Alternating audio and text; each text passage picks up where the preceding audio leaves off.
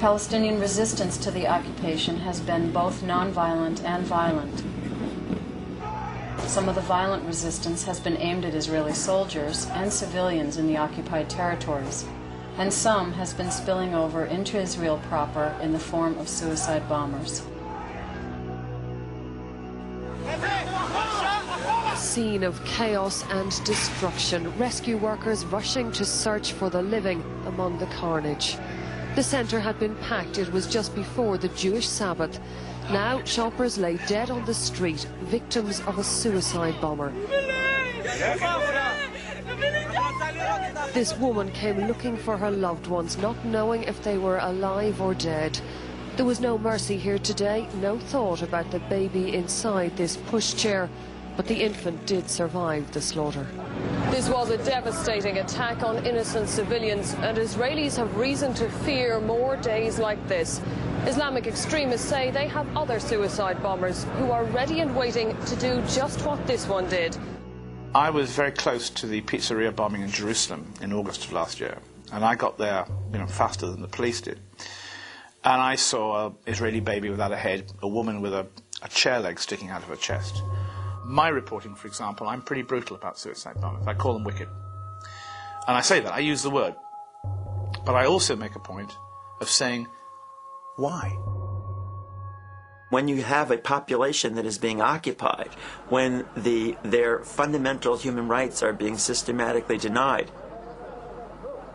when they're not allowed to move from city to city or from place to place without huge amount of harassment, when they're being subject to torture, when people are essentially in desperate conditions,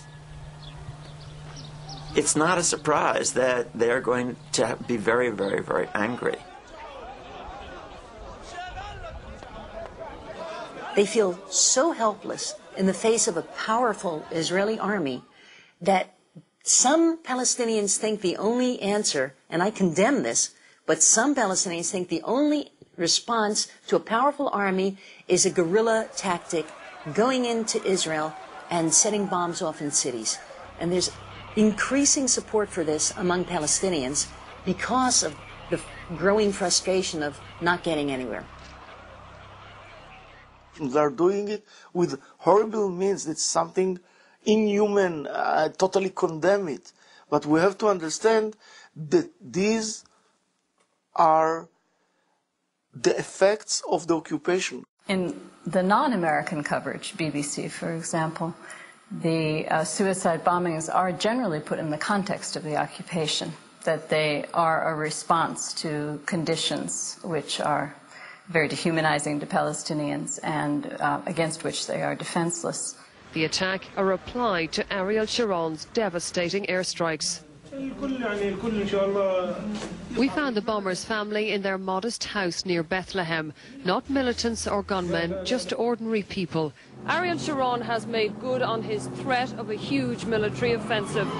And this may be the only result. More Palestinian attacks, not less. A suicide bombing in this supermarket today. Just what Sharon is trying to stop.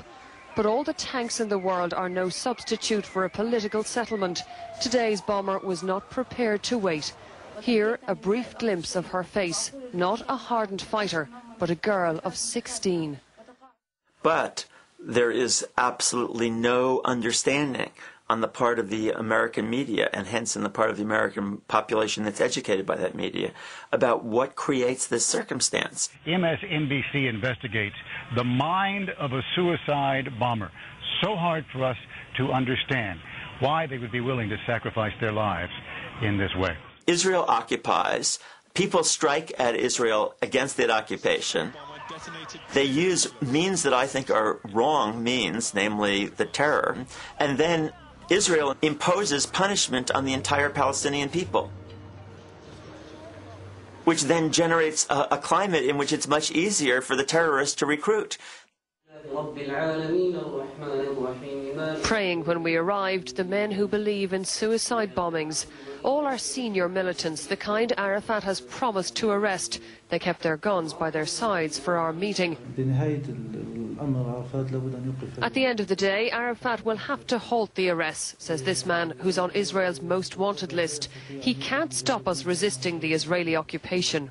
The Israeli Security Cabinet has agreed to still further intensify its operations in the West Bank and Gaza Strip.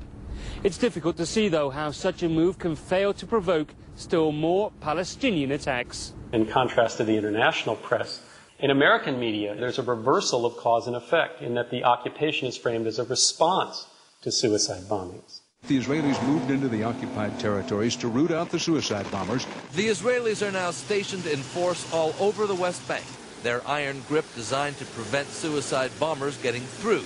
And it's true that, Israelis do feel insecure, and they have very good legitimate reasons for feeling insecure. But overwhelmingly, reporters will see the source of the insecurity they feel as Palestinian hatred is a word that you see all the time. That this conflict isn't motivated by a struggle over power or over land or territory, but simply by Palestinian hatred. A Palestinian man emerged from a taxi on a busy shopping street in downtown Jerusalem with a machine gun in his hands and hate in his eyes. If the occupation is invisible, as it's been rendered by how the United States government looks at this and how that's echoed in the media in many cases, then the reason for the frustration seems nonsensical, and therefore they're just inherently upset people or violent people and so on. It's either in their genes or in their culture. Neither the best intention of the Saudis nor the power of the Israelis could stop another young zealot willing to die so he could kill Jews on Passover. It's spun in such a way so as to justify Israeli occupation. Israeli soldiers say their actions are justified. They use suicide bombers, he said. We use tanks. Yes, Israelis are being shot at and killed. And so, yes, Israel does have real defense needs. At the same time, defense in Israel, in particular, has become this mantra. And once people hear the word defense, they stop thinking. And so, all too often, anything can be called defense and then justified. Israeli bulldozers and tanks moved into the refugee camp at 2 in the morning. 2 hours later, 54 Palestinian homes had been flattened. The raid was widely seen as retaliation for the deaths of 4 Israeli soldiers yesterday. Israel is always cast itself, and is always cast by the media, as reactive, as simply responding to Palestinian aggression. Israel strikes back against terror. Israel retaliates. Israel responds. Palestinians attack. Israel retaliates. A day of Palestinian attacks and Israeli retaliation. Israel resumed its retaliation. Violence could escalate over the coming days as Israel retaliates. Calling Palestinian actions attacks and Israeli actions retaliation is meaningful. Retaliation suggests a defensive stance in response to violence initiated by someone else. It places a responsibility for the violence on the party provoking the retaliation. In other words, Palestinian violence, like suicide bombings, is seen as aggression and thus as the cause and the origin of the conflict. That's what has caused this crisis to come upon us, not the absence of a political way forward, but terrorism in its rawest form. Since the September 11th attacks on the U.S., Israel's PR strategy has been to frame all Palestinian actions, violent or not, as terrorism. To the extent that they can do that, they've repackaged an illegal military occupation as part of America's war on terrorism. This is Israel's war on terrorism. F-16s hit a Palestinian police station in the Gaza Strip this morning.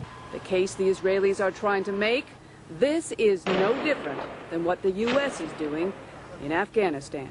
Prime Minister Ariel Sharon declared on national television tonight that he was determined to root out what he called the terrorist infrastructure in the Palestinian territories. The Israeli Prime Minister Sharon said his nation has taken many steps to cooperate in the search for peace, but the only thing it's had in return is terrorism, terrorism, and more terrorism. Israel has made Americans empathize with its position by linking itself emotionally to Americans' 9/11 experience, making a connection where there really isn't one. It's been breathtaking how American journalists have allowed themselves to be manipulated in this way.